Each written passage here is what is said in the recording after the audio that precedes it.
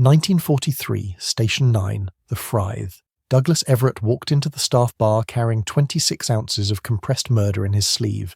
The scientist spent the evening drinking with colleagues, laughing at jokes, ordering rounds. Nobody noticed the 8.75-inch weapon concealed above his elbow. At some point during the conversation, Everett casually fired a .32 caliber round into a nearby sandbag. The suppressed shot measured quieter than a finger snap. Not a single person in the room heard it. Everett had just proven that British engineers had solved the oldest problem in assassination: how to kill someone in a crowded room and walk away clean. The weapon that made this possible looked wrong, worked brilliantly, and arrived too late to prove itself in combat. Only 3 examples survive today. The sleeve gun remains one of the most ingenious weapons never used in war. The problem facing British intelligence in 1940 and 1941 was brutally simple. SOE operatives needed to eliminate high-value targets in occupied Europe: Nazi officials, Gestapo informants, collaborators who betrayed resistance networks. These men rarely travelled alone. They kept guards close. Standard assassination methods failed against prepared targets. A knife required grappling distance and left blood evidence. Poison took time and could be traced. Conventional pistols created noise that brought reinforcements within seconds. Even if the operative succeeded, escape became nearly impossible once guards heard gunfire. The Welrod silent pistol, also designed at Station 9, offered one solution. Chambered in .32 ACP or .38.0 special, it achieved suppression levels around 73 decibels, comparable to a CO2 pellet gun.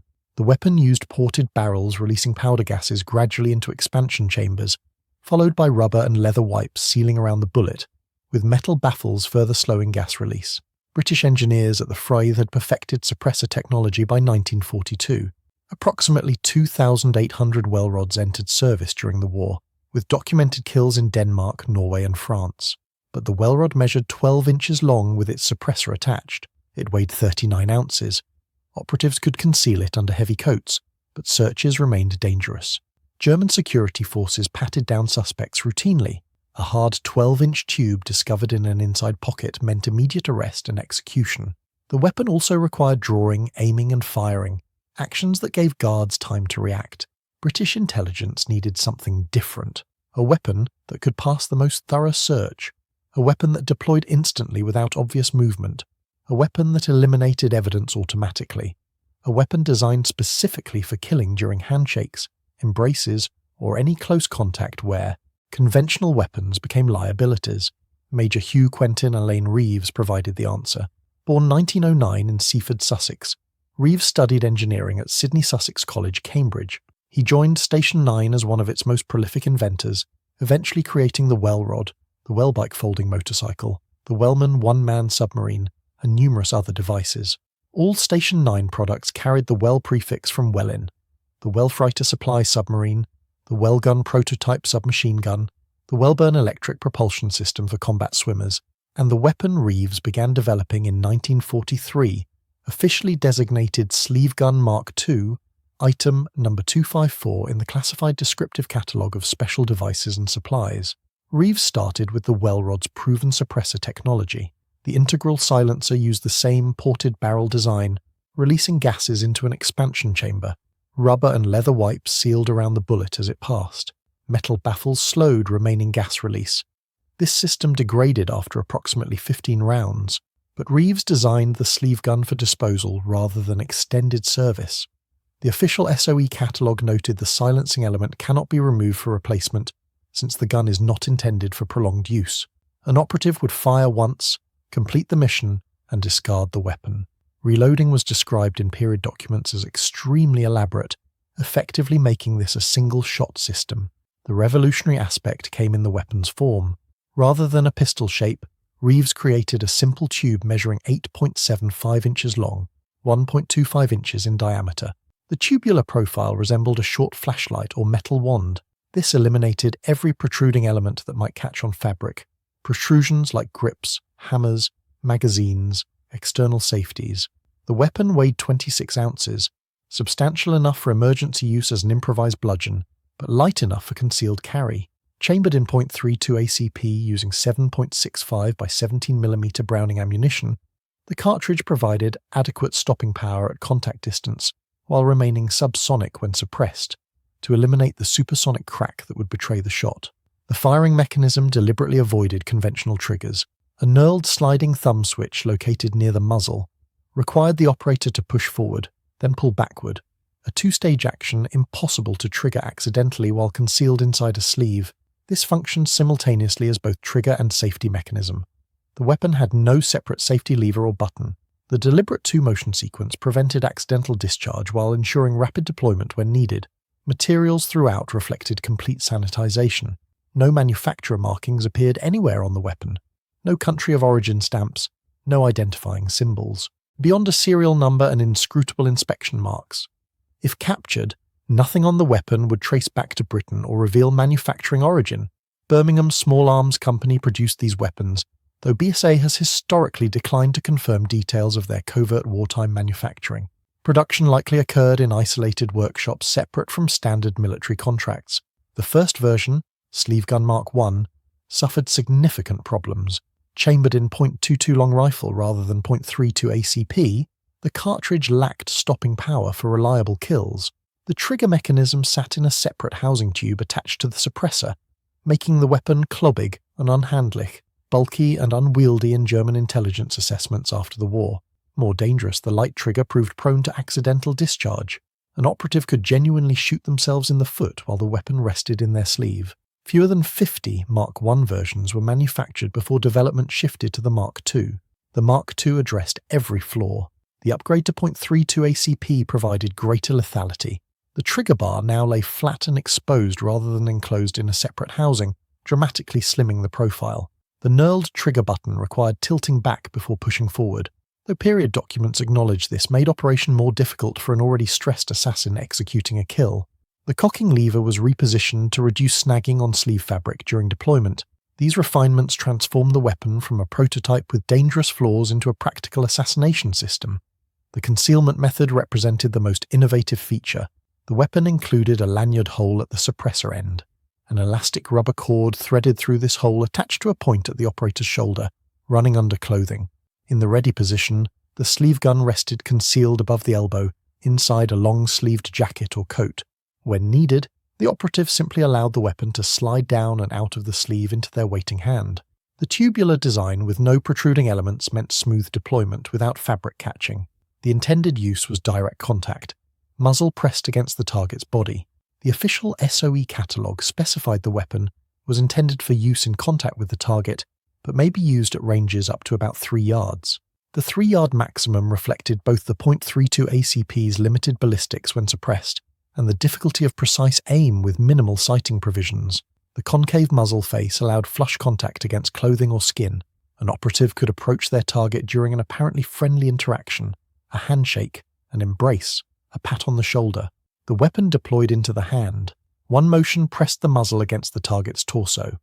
The two-stage trigger fired. The suppressed report measured, around 73 decibels, quieter than normal conversation in a crowded room. After firing, the operator released the weapon. The elastic cord automatically retracted it back up the sleeve, carrying the spent casing still lodged inside the weapon's breech away from the scene. This left essentially no evidence. No ejected brass on the ground. No visible weapon in the assassin's hand. No powder burns indicating who fired. Guards arriving seconds later would find a victim, a confused crowd, and no obvious shooter. The operative could express shock with everyone else before calmly departing.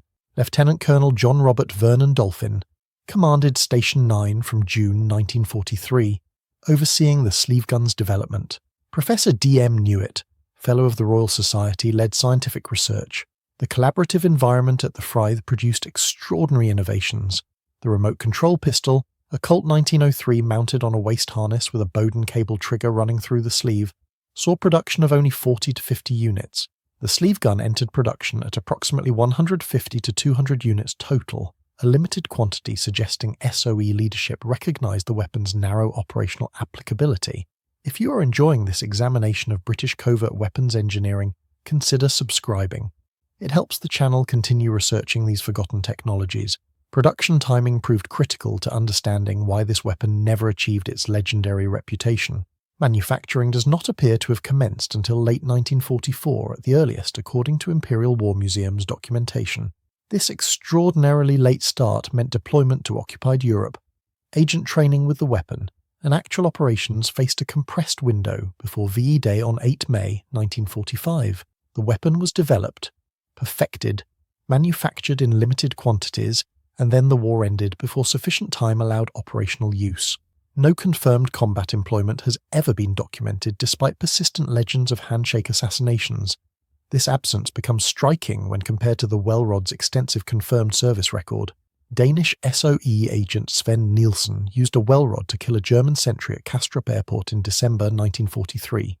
In January 1944, the Danish resistance used Welrods against a Nazi collaborator named Nordahl. Multiple documented uses occurred throughout Denmark, Norway, and France. The Welrod remained in British service through the Falklands War and Desert Storm. Memoirs mention it. Post-war debriefings describe it. Intelligence reports reference captured examples. The Welrod's combat history is thoroughly documented. No equivalent record exists for the sleeve gun. No memoirs mention using it operationally. No post-war debriefings describe sleeve gun assassinations. No German intelligence reports reference captured examples, though Germans were shocked when they captured a remote control pistol Mark I from the body of SOE agent Karl Brun in Denmark in December 1941. Demonstrating German awareness of British covert weapons. The sleeve gun simply never appears in operational records, yet the weapon's technical superiority over Allied and Axis equivalents remains clear even without combat validation. The American OSS developed the Stinger pen gun chambered in .22 short. Approximately 50,000 units were manufactured by Joseph Dixon Crucible Company, far exceeding British production numbers. However, early versions suffered reliability problems including misfires and burst barrels. The weapon was recommended for pressing into the back of a target's neck and firing upward into the brainstem, requiring precise placement with an underpowered cartridge. The pen gun offered no suppression, creating a sharp report that would alert everyone nearby. It provided no automatic concealment after firing. The operative held obvious evidence in their hand.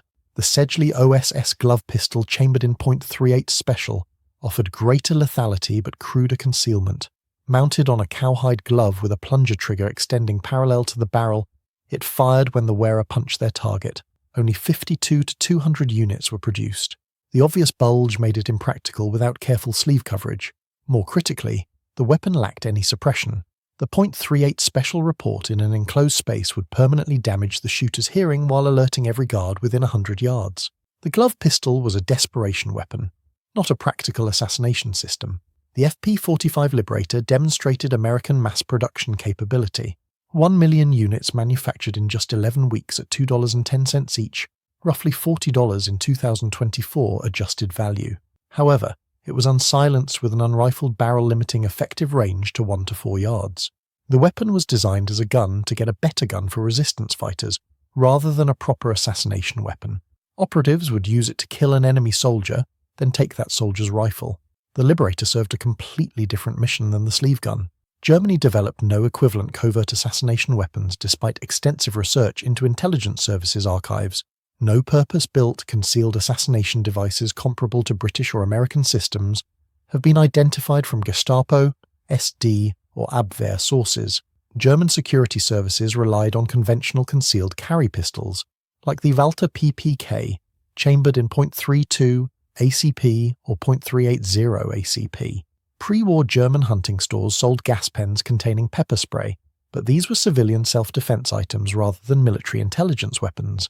This absence reflects fundamentally different operational philosophies. German security services operated through overt intimidation, surveillance, and conventional force rather than covert assassination. British sleeve gun advantages over every Allied equivalent included purpose-built integral suppressors rather than aftermarket additions, rubber and leather baffle technology achieving approximately 73 decibel sound levels, automatic evidence concealment via elastic retraction with retained casing, completely sanitized manufacture with no identifying marks, and contact-optimized design with concave muzzle for flush shots against targets. The weapon represented the pinnacle of covert assassination engineering, even though operational circumstances prevented its use. Only 3 confirmed examples survive in museum collections worldwide. The Royal Armoury's National Firearms Centre in Leeds, England, holds serial numbers 1 and 11. The Royal Armoury's collection includes multiple SOE weapons, including the only surviving Welrod Mark I prototype. Curator Mark Murray Flutter authored key academic research, clarifying the distinction between the sleeve gun and well wand, previously confused in many sources. The Norwegian Armed Forces Museum at Bergenhus Fortress Museum holds serial number 8 under inventory numbers NHM700014 and NHM703197. This example's presence in Norway may reflect SOE operations or equipment supplies to Norwegian resistance, though no specific provenance has been published. The extreme rarity reflects both limited production and deliberate disposal protocols. SOE weapons were intended for field destruction after use. Operatives carried no equipment that could compromise missions if captured. The 3 survivors likely represent evaluation samples retained at Station 9 or training examples that never deployed to operational theatres.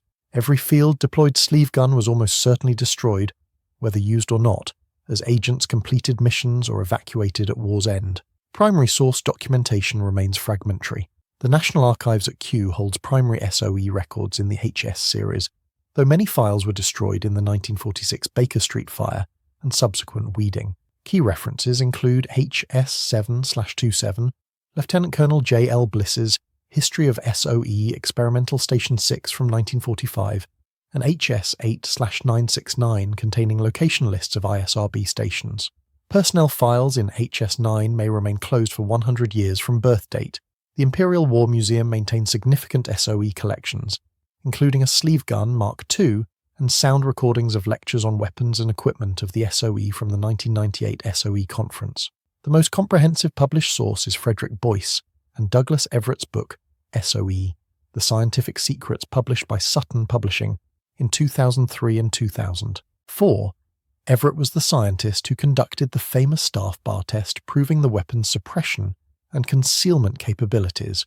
Researcher Anders Tigerson published the Welrod .32 silent pistol in Arms and Armour, Journal Volume 19 No. 1 in 2022, the first detailed scholarly study using previously unavailable sources.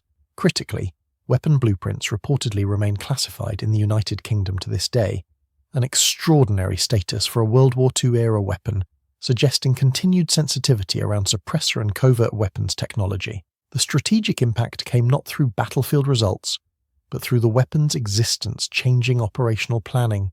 German security forces in occupied territories knew British intelligence possessed sophisticated silent weapons. Captured Welrods and interrogated agents revealed SOE capabilities. This knowledge forced changes in protection protocols for high-value targets. Officials reduced public appearances, guard details increased, security sweeps became more thorough. The mere possibility that an assassin could kill silently during an apparently friendly interaction created paranoia that limited target mobility and accessibility. The sleeve gun contributed to this psychological effect even without documented kills. Major Hugh Reeves himself met a tragic end that highlighted the irony of his career. On 25 October 1955 at RAF Bitterswell, Reeves was drawn into the intake of a Hawker Hunter jet engine during noise suppression tests. A man whose wartime work centered on achieving silence died in one of the loudest industrial accidents possible. His post-war patents included diving equipment in 1950 and aircraft wheel chocks in 1955. The inventive mind that created the Welrod, Welbike, Wellman submarine and sleeve gun continued innovating until his death at age 46. The weapon's legacy persists in popular culture despite its lack of operational record. Films and novels frequently depict sleeve guns as the ultimate assassin's tool, usually attributed to KGB or other organisations rather than their actual British origin. The concept's elegance, a weapon that deploys instantly, kills silently, and vanishes automatically, captures imagination more effectively than documented reality. The sleeve gun became legendary precisely because it represented the perfect theoretical assassination weapon, regardless of whether anyone actually used it to kill. For understanding British weapons development, the sleeve gun demonstrates that innovation does not require battlefield validation. The weapon solved genuine problems through elegant engineering. It achieved measurable technical superiority over every equivalent system. The suppression matched the proven Welrod standard. The concealment system worked as Douglas Everett demonstrated. The automatic evidence elimination functioned reliably. Every technical specification met or exceeded requirements. The weapon succeeded as engineering even though operational timing prevented combat proof. The contrast with German approaches proves instructive. Britain invested heavily in specialised covert weapons development, establishing Station 9 in August 1939 before the war properly began, then expanding it under SOE from July 1940. This 2-year head start over American OSS formation in June 1942 gave British engineers time to perfect technologies like integral suppressors and elastic retraction systems. Germany never created equivalent research facilities, instead focusing innovation on conventional military weapons like the STG-44 assault rifle, MG-42 machine gun, and Tiger tanks. British intelligence recognised that unconventional weapons offered strategic advantages beyond simple firepower, advantages like eliminating targets without alerting guards or killing in crowded spaces without witnesses identifying the shooter. April 1943. The Frythe, Welwyn Garden City. Douglas Everett walked into the staff bar with 26 ounces of compressed murder concealed in his sleeve.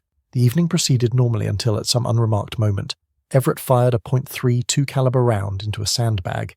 Nobody heard, nobody noticed, nobody reacted. The test proved everything. The suppressor worked, the concealment worked, the deployment worked. British engineers had created a perfect assassination weapon. Then the war ended before anyone could use it. 3 examples survive in museums. Blueprints remain classified 8 decades later. 0 confirmed kills exist in operational records. The sleeve gun remains the most successful weapon that never killed anyone, proving that sometimes the best British engineering creates legends more enduring than victories.